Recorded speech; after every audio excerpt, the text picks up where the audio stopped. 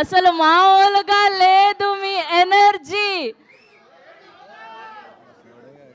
రవితేజ గారు, ఈ డాన్స్ పై మీ స్పందన కావాలి మాకు. నా స్పందన తెలియజేసాను ఆల్రెడీ. నేను ఎరగదీసాను. అతనిలో బ్రహ్మాండ ఆర్టిస్ట్ ఉన్నాడు, డాన్సర్ ఉన్నాడు. ఫ్యూచర్లో మీరు అన్నీ చూడబోతున్నారు. I'm very sure. నెక్స్ట్ నేను చేసే సినిమాలో అతనికి బ్రహ్మాండ వేషం ఆల్రెడీ అనేసుకున్నాం.